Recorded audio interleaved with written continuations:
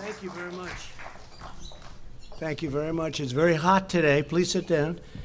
This is going to be a very hot one, and we apologize to everybody out there that's got to suffer through it. But you know what? It's better than bad weather. And it's great to be in the Rose Garden. I want to especially thank this group for joining us as we announce a historic, groundbreaking initiative in our ongoing effort to rapidly develop and manufacture a coronavirus vaccine. We're joined by Secretary Steven Mnuchin, Secretary Mark Esper, Secretary Alex Azar, Chairman of the Joint Chiefs of Staff, General Mark Milley, FDA Director Dr. Stephen Hahn, Director of the National Institute of Health, Dr. Francis Collins, Dr. Fauci, Dr. Birx. We're joined by a very terrific group of professionals. Tomorrow will mark 30 days since we released the White House guidelines for a safe and phased opening of America. That's what we're doing. It's the opening of America. We're going to have an amazing year next year. We're going to have a great transition into the fourth quarter. As of this morning, almost every state has taken steps to begin reopening, and the American people are doing an extraordinary job of continuing to take precautions while at the same time wanting to start, and they will be starting to resume their American way of life. We will be reigniting our economic engines. We're going to be taking care of our most vulnerable, which are our senior citizens and some others. We're going to be working very, very hard on our senior citizens and our nursing homes and various communities to support those that are struggling in this very difficult time. Others don't have the same kind of struggle. For example, today, Secretary Perdue, together with Ivanka Trump, launched the Farmers and Families Food Box Program, which will provide $3 billion to help small farmers. And it'll be helping farmers, ranchers, but it'll be bringing food to some of the food lines and some of the food kitchens that you've been seeing on television. And I said, why aren't we doing that? We have all of this tremendous food produced by our farmers and our ranchers. And so we're going to be buying $3 billion worth of that food. Great for everybody, our farmers, our ranchers, and the people that need great food. A key feature of our reopening plan is the largest and most ambitious testing system in the world, by far. America is now conducting close to 350,000 tests per day, an unthinkable number just a short while ago, more than anybody in the world by far, suggesting many states now have excess testing capacity to monitor for new outbreaks. Florida, many other states have so much testing, the testers are waiting for people to show up. It's great. Another essential pillar of our strategy to keep America open is the development of effective treatments and vaccines as quickly as possible. I want to see if we can do that very quickly. We're looking to, when I say quickly, we're looking to get it by the end of the year if we can, maybe before. We're doing tremendously well. From the earliest days of the pandemic, we have marshaled the genius of American scientists and researchers from all across government and the private sector, from academia, from everywhere, to vanquish the virus, and tremendous strides have been made. I can tell you, I get to see it every day. Tremendous strides are being made.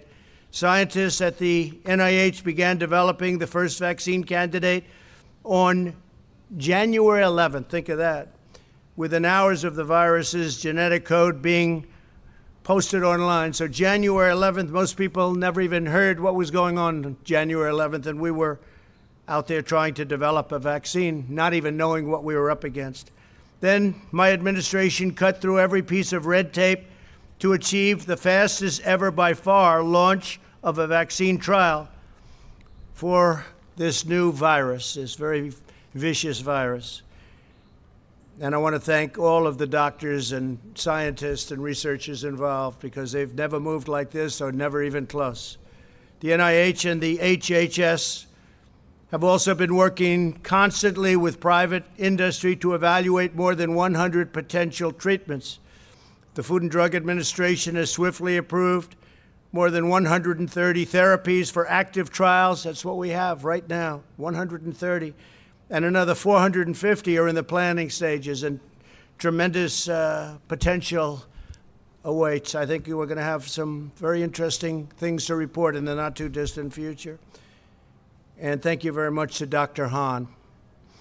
Through a historic series of funding bills, my administration is providing roughly $10 billion to support a medical research effort without parallel. I especially want to thank Senator Steve Daines of Montana for his incredible work. He has worked so hard to secure additional funding for vaccine development. He has been right at the forefront. Today, I want to update you on the next stage of this momentous medical initiative.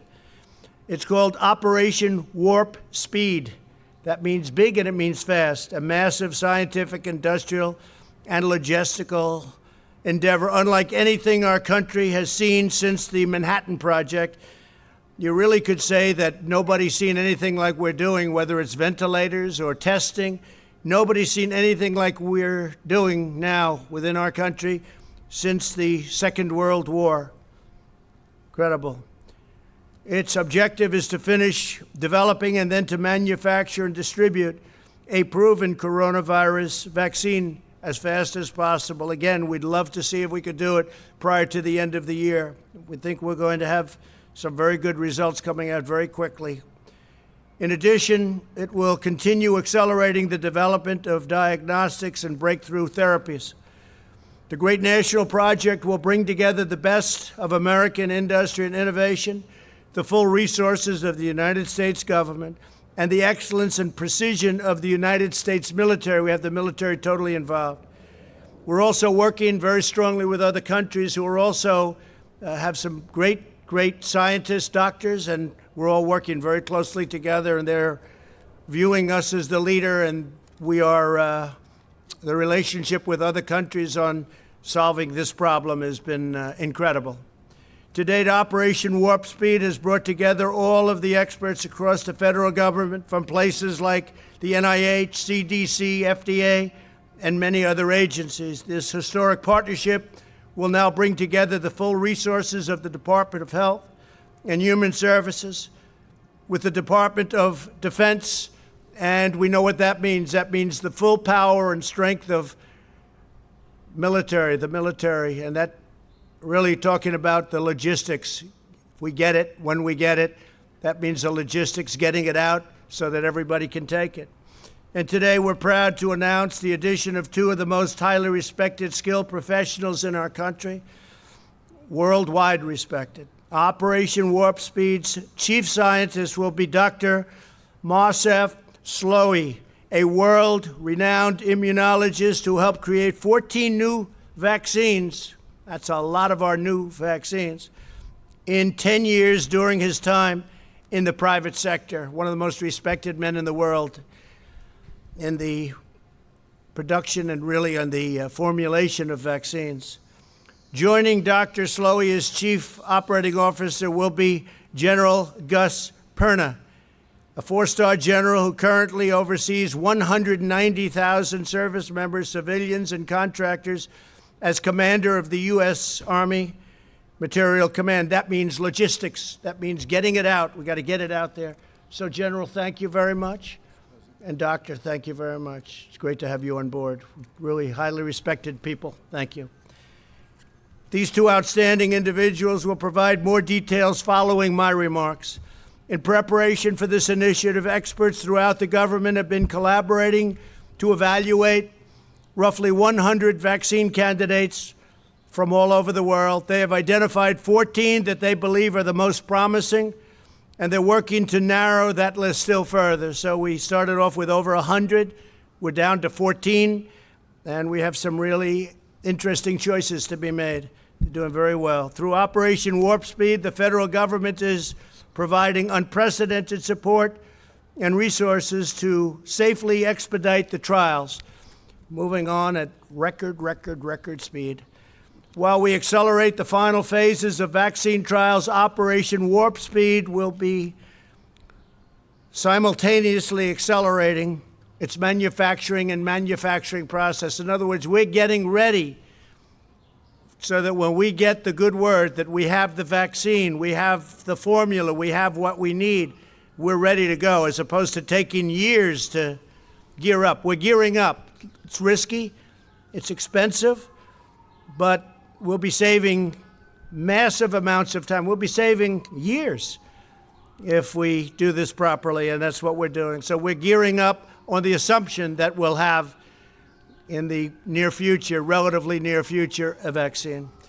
Typically, pharmaceutical companies wait to manufacture a vaccine until it has received all of the regulatory approvals necessary, and this can delay vaccines availability to the public as much as a year and even more than that. However, our task is so urgent that under Operation Warp Speed, the federal government will invest in manufacturing all of the top vaccine candidates before they're approved. So we're knowing exactly what we're doing before they're approved. That means they better come up with a good vaccine because we're ready to deliver it. This will eliminate any unnecessary delay and enable us to begin providing Americans with a proven vaccine the day our scientists say, we're ready, we got it. And as we work to bring critical medical production back to America, these vaccines will manufacture that we're going to be focused on and manufacturing. They're all going to be right here in the USA. Now, we're working, as I said, with other people outside, and that's fine, too. We want to get to the solution. We know exactly where the other countries are, and we'll be very happy if they were able to do it. We'll help them with delivery. We'll help them with in every way we can.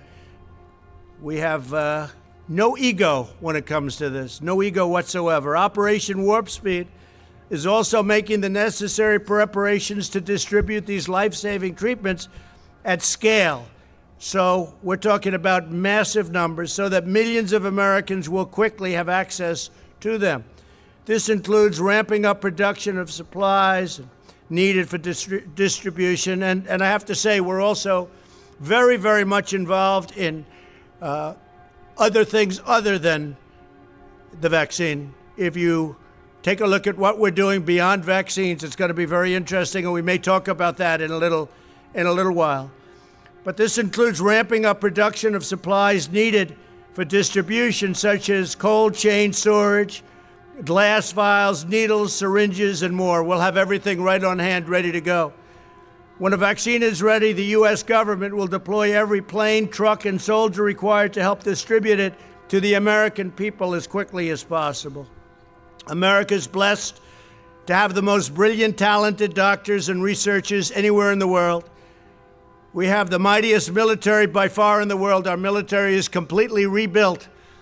Much of the equipment has been delivered. Some of it's on the way, all made right here in the USA. We took over very, very empty cupboards, I say medically. We also had empty cupboards in a military sense. Our military was in sad shape. It was depleted. We now have the strongest military the United States has ever had by far and the best equipment. And you hear that outside, that beautiful sound. Those are truckers that are with us all the way.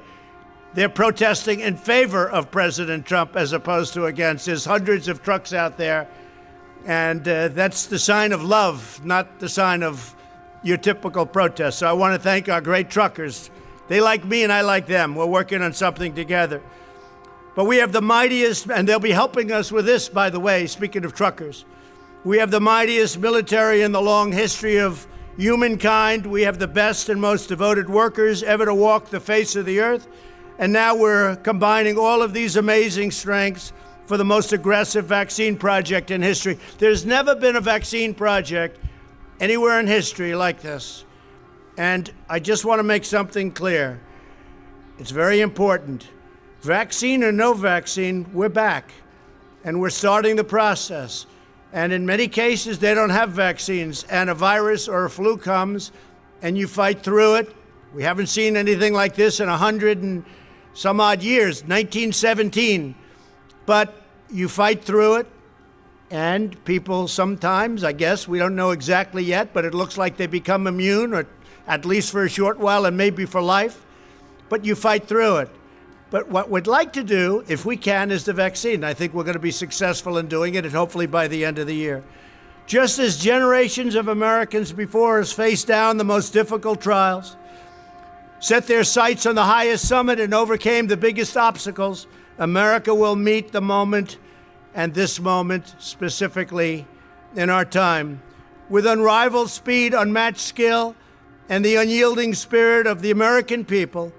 Our nation will come back stronger and greater than ever. We're going to have a tremendous year next year.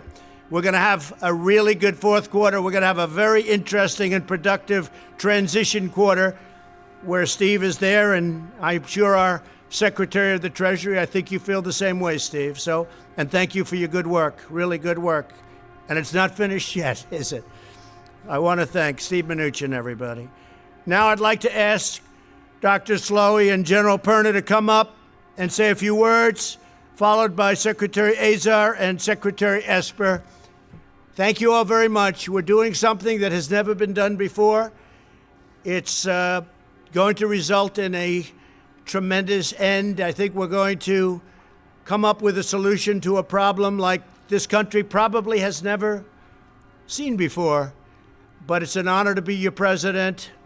We're doing a great job. These people are doing an incredible job. The people right here, I want to thank you all. Total professionals, great men, great women. Thank you all very much. Please. Thank you, Mr. President. Good afternoon, everyone. It's a great honor and privilege for me to have the opportunity to serve our country and the world in this remarkable endeavor, extraordinary endeavor, helping them and supporting them do it. The Operation Warp Speed's objectives are very clear. The President has described them, and I believe they are very credible. I also believe they are extremely challenging. However, I am really confident that our team across the many governmental agencies that are involved in these efforts, the NIH, the CDC, the FDA, ASPR, and of course with the support of the Army and our partners in the private sector, will be able and will do the utmost to deliver these objectives. In fact, Mr. President, I have very recently seen early data from a clinical trial with a coronavirus vaccine. And these data made me feel even more confident that we will be able to deliver a few 100 million doses of vaccine by the end of 2020. And we will do the best we can to do that. Thank you. We will, of course, also focus on progressing and accelerating development of medicines for those who unfortunately already caught the virus, as well as optimize the diagnostic tests. This will be our focus 24/7 over the next many months. Thank you. Thank you. Good afternoon, Mr. President. Thank you. Thank you for this great honor for allowing me to be a part of this team. I'm very excited about this team. It will be historic as we execute the mission that's been given to us. I also feel very confident that the team will be able to provide the results as directed. It is going to be a Herculean task, but the combination of the two main partners between Health and Human Services and the Department of Defense, their combined strengths, partnered with the other teammates, will ensure our success. One of the great advantages that we have as a military is our ability to do logistical and sustainment operations afar. We're just going to apply those capabilities to this mission. This mission is about defeating the enemy. We will defeat the enemy. Why? Because winning matters. And I'm excited to be a part of this team. And Mr. President, thank you. Thank you very much, sir. Appreciate it. Well, thank you, Mr. President, for your leadership of this historic effort. Your vision for Operation Warp Speed, setting a goal of a vaccine by January 2021, will be one of the great scientific and humanitarian accomplishments in human history. Today, you're announcing the team that can get it done. Dr. Slaoui is arguably the world's most experienced and successful vaccine developer, responsible for some of the major recent breakthroughs in vaccines. General Perna oversees one of the world's largest logistics and supply chain operations, the one that keeps the Army running. 3 highly accomplished career HHS scientists will oversee each area of Operation Warp Speed.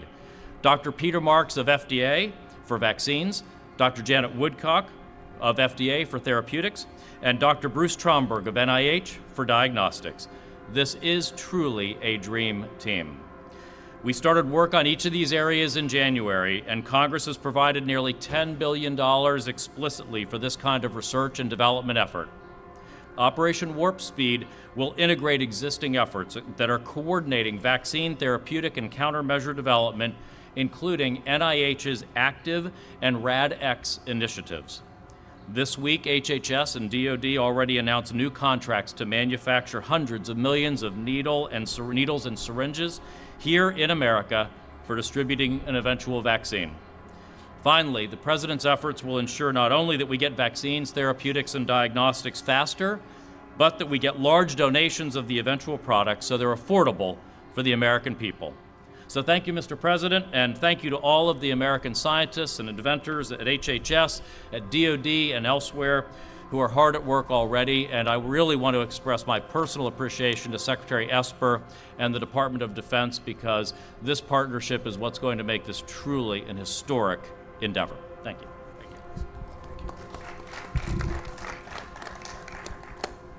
Well, thank you, Mr. President, for your leadership of this bold and historic initiative. The Department of Defense is very excited and committed to working closely with our partners at HHS, across the government, and in the private sector to accomplish the mission we have been given. Winning matters, and we will deliver, by the end of this year, a vaccine at scale to treat the American people and our partners abroad. You know, the Department of Defense has been in this fight since day one, going back to January. We've stayed ahead of the curve every step of the way, and today, on America's streets across the nation, over 60,000 service members from all branches of the service are still out there, whether it's doctors and nurses in hospitals, whether it's National Guard on the streets of America, or the Corps of Engineers continuing to build out capacity in America's hospitals. We are there and we will be there, Mr. President, and we look forward to this next greatest phase of this fight against the coronavirus. We are all in then, we are all in now, and we will be all in the future, and we will deliver on time, bringing to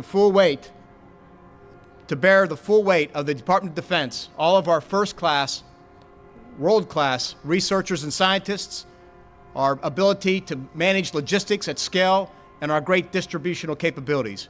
We will deliver. We will win this fight. And Mr. President, thank you again for all that you've done. We will get the job done. Thank you. I know you will. I know you will. Any questions, please? Yeah, go ahead. Mr. President, you said no vaccine. Vaccine or no vaccine, we're back. What did you mean by that? We think we're going to have a vaccine in the pretty near future, and if we do, we're going to really be a big step ahead, and if we don't, we're going to be like so many other cases where you had a problem come in, it'll go away at some point, it'll go away. It may flare up and it may not flare up. We'll have to see what happens, but if it does flare up, we're going to put out the fire, and we'll put it out quickly and efficiently. We've learned a lot. Steve, do you have a question? We've heard that the vaccine typically would take 12 to 18 months to develop. How can you do it in a speedier fashion? What makes you think this will work? Well, they started actually, I guess you heard, in January, early January, and they've been working on it. I know so many, and private companies have been working on it. The government's been working on it. So we've got the time because we put and they've literally been working 24 hours a day. So we've got the time, and we hope to be able to do something by the end of the year or shortly thereafter. But again, you know, it's not solely vaccine-based. Other things have never had a vaccine, and they go away. So I don't want people to think that this is all dependent on vaccine, but a vaccine would be a tremendous thing. And I will tell you, therapeutically or therapeutics, what's going on there is equally as impressive.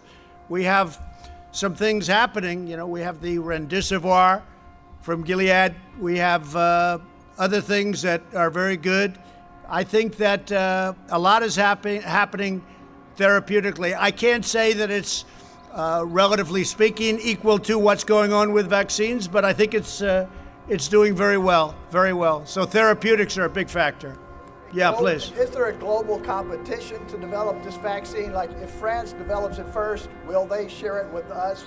Yeah, and we have that very well worked out. Whoever gets it is going to be very proud to give it and develop it. They've developed it, and we'll see what happens. We've got countries that are allies we have some countries, frankly, that aren't allies where we're working very closely together. So we're working together with many different countries. And again, we have no ego. We have no ego. Whoever gets it, we think it's great. We're going to work with them. They're going to work with us. Likewise, if we get it, we're going to be working with them. So it's very important. It's a very good question, actually. Yeah, please. Mr. President, what do you say to those business owners and other people who are really questioning the guidance that the CDC put out last night? There was a concern that it would be overly prescriptive. Now there's a concern it's not prescriptive enough. What are business owners to do? Well, I thought the guidance was very good. I've heard very good reviews on the guidance, and you know, the media will never be satisfied. If we gave you more description, that would be no good. If we gave you less, that would be no good. But I thought it was very good, and I've heard a lot of good things. Go ahead, please, Green. Do you have a problem or any concerns? Do you have any concerns about the Abbott test, given some of the new numbers that have come out? No, Abbott's a great test. It's a very quick test, and it can always be very rapidly double-checked. If you're testing positive or negative, it can always be double-checked. But it's a very good test. It's very portable, very quick. Okay? And then what happens if China is the country that develops the vaccine? What happens if it's China? Will the U.S. still have access to that vaccine? I would say the answer to that would be yes. I would say the answer would be yes. Yes, go ahead, please. Hi, do you mean a fully approved vaccine for everyone? Excuse me, you're going to have to remove it. You can't hear through your... Do you mean a fully approved vaccine for the entire general public or a partially approved vaccine for emergency use? What did she say? Near the mic. Yeah. Sorry, let me repeat that now I'm closer to the mic. Do you mean a fully approved vaccine for everyone, the full public, or a partially approved vaccine with emergency use? No, we're looking for a full vaccine for everyone that wants to get it. Not everybody's going to want to get it. But we're looking at a full vaccine. Is that a correct statement? Yeah, Will. Please. So the answer is yes. We're working for a fully approved vaccine, but we'll also use the tools we have, for instance, emergency use authorization as appropriate. We use all of our regulatory tools to bring vaccine available for the entire American population by January. Okay, and then Mr. President, could you just clarify, why are some of you wearing a mask and why are some of you not wearing a mask? We've all been tested. I've been tested. We've all been tested, and we're quite a distance away, and we're outdoors. So I gave them the option. They could wear it or not. So you can blame it on me, but I gave them the option. We could wear it or not. Yeah, please. Would a U.S. vaccine be available to the rest of the world at an affordable rate, at a low cost? The last thing anybody's looking for is profit in terms of what we're doing. Every company, they want to get it out. We've had that. We've had a great experience on Remdesivir. We've had a great experience on everything we've done. People are looking to come up with the answer. They're not looking in, typically they're saying, oh, how much am I going to make? How much? They really have been. There's been a great spirit on this. They want to get to the bottom of it, and I think we'll be able to do that. Mr. President, the Indian American community is appreciating your help in fighting the vaccine, coronavirus. What is your message to those 4 million Indian Americans here? So India has been so great, and as you know, your Prime Minister has been a very good friend of mine. I just got back a short while ago from India recently, and we're working very much with India too, and we have a tremendous Indian population in the United States, and many of the people that you're talking about are working on the vaccine too. Great scientists and researchers, yeah. We're working very closely also with India, correct. And say hello to your Prime Minister. Yeah, please, go ahead. Thank you, Mr. President. What steps, if any, is your administration taking to ensure that the communities and the states that are hardest hit will have first access to the vaccine? Have these discussions been had, or are there any plans? Yeah, I think we've done a good job with that. Certain areas have been hit very hard, New York, New Jersey, et cetera, working very closely with the governors. We've worked with all of the governors. We've made a lot of people look very good with what we've done on ventilators, with what we've done on testing. We're working with all of the governors. We just sent a big transit package to New Jersey. I just spoke to the governor of New Jersey, who's a terrific person, by the way, I have to tell you, and I just told him A lot of money's coming your way for the transit. And also, I spoke with the Governor of New York, Governor Cuomo. We just had a conversation yesterday. We're sending them a lot of transportation money, so it's important. But we've had a very good relationship working with all of the states, regardless, all of the states. And if we do get fortunate enough, and I think we're skilled enough, but fortunate enough to have a vaccine, it'll get out fairly and quickly.